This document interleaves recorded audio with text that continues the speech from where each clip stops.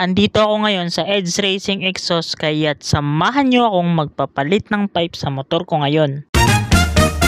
Bali dito pala talaga ako una nagpa dual tip nung naka 59 pa lang ako. Tapos nung nagpa 62 ako, nagtry naman ako ng M3 na dual tip. Tapos eto na naman ako ngayon, nandito na naman ako sa Edge so pang magpagawa ng dual tip. Yung una ko kasi dating dual tip, maliit, sakto lang sa 59. O diba, puro dual tip, hindi ba maging multiple tip yan? At sa mga magtatanong bakit Edge ako ulit, dahil dito ako malapit, nasa may Pasig lang to. Samantalang yung kay M3 naman ay napakalayo sa Bulacan. At sa mga magtatanong din pala, hindi lang dual tip yung ginagawa nila dito, meron ding shark tip, atomic, JBT copy, power pipe, dual tip, triple tip, multiple tip, basta kung anong trip mong may tip.